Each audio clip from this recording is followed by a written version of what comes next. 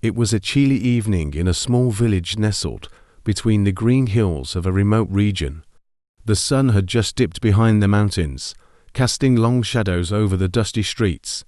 The kind of silence that only comes with the end of a long day settled over the town. But amidst the tranquility, one man sat alone at the edge of the town square. His name was Ibrahim, a man of few words, known in the village for his wisdom and quiet demeanor. But lately, he had been living in isolation, burdened by the weight of loss. Ibrahim had lost his wife, Amira, just a few months ago. Their love had been a bond not easily understood by the villagers, one that transcended words. They had shared everything: joys, sorrows, and dreams. And now, with Amira gone, Ibrahim had retreated into the shadows of his own grief, the days blending into a never-ending cycle of solitude. His only companion was the old, withered dog who had followed him home one winter evening years ago, a dog with no name, but eyes full of understanding. That evening, as Ibrahim sat by his small fire, the dog appeared from the shadows, as it always did. But tonight, something was different. The dog didn't move to the fire like it usually did. Instead, it stood at the edge of the square, its gaze fixed on Ibrahim. The dog's eyes locked onto him, unblinking, as if it were waiting for something. Ibrahim's heart sank as he glanced at the dog. It was unusual for the dog to just stare without moving, without the usual affectionate wag of the tail. Ibrahim, troubled by the intense gaze, shook his head and tried to focus on the fire. He had seen the dog's unwavering loyalty for years, but tonight felt different. It was as though the dog had sensed something within him that he hadn't yet acknowledged, the gnawing emptiness of his heart. The minutes turned into hours. Ibrahim could feel the dog's gaze piercing through the silence. The fire crackled as the shadows stretched longer, but the dog remained still, unmoving. Its eyes never left Ibrahim, and in those eyes, he saw something that startled him. It was not just the usual companionship, not just the typical bond between man and animal. It was something deeper, something more urgent.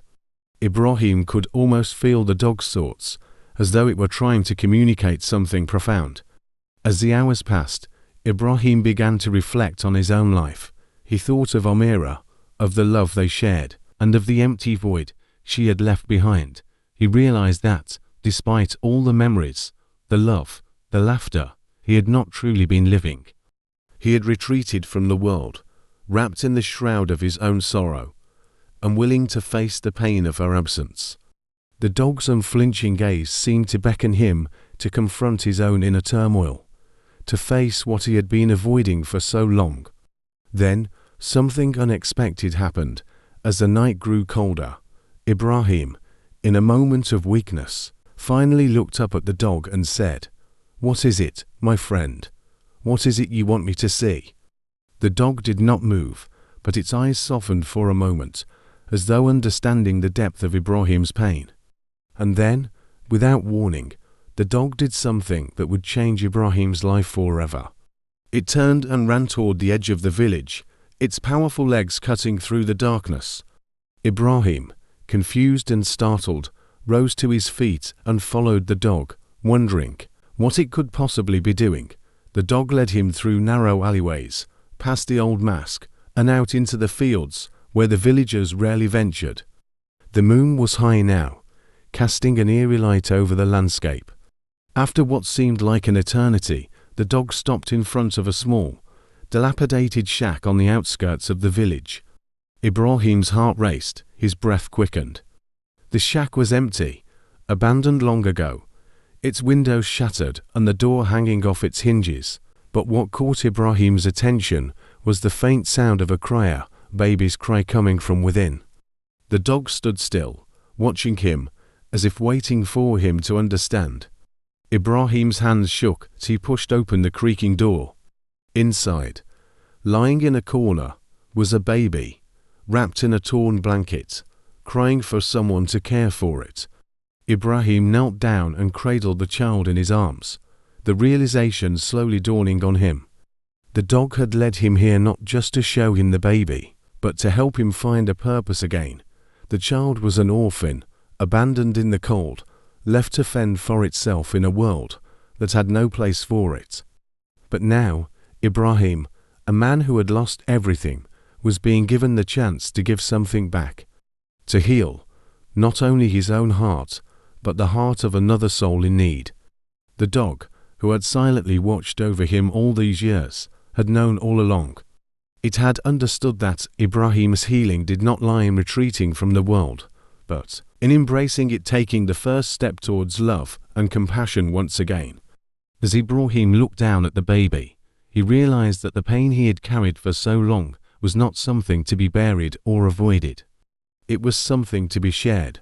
The bond between man and dog, between human beings and the world around them, was never meant to be severed by grief. It was meant to be lived and experienced, no matter the hurt.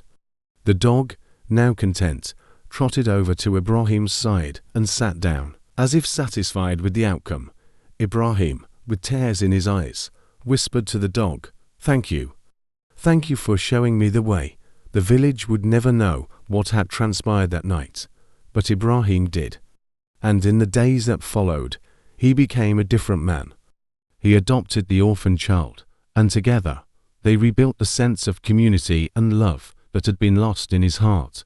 And as for the dog, it remained by his side, its unwavering loyalty a reminder that sometimes the greatest acts of bravery are not in grand gestures, but in the quiet moments when we are ready to open our hearts once more.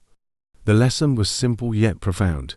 In times of loss and sorrow, we must not close ourselves off from the world, but instead find the courage to care again, to love again, to heal. Because sometimes the most unexpected of companions can guide us toward our redemption,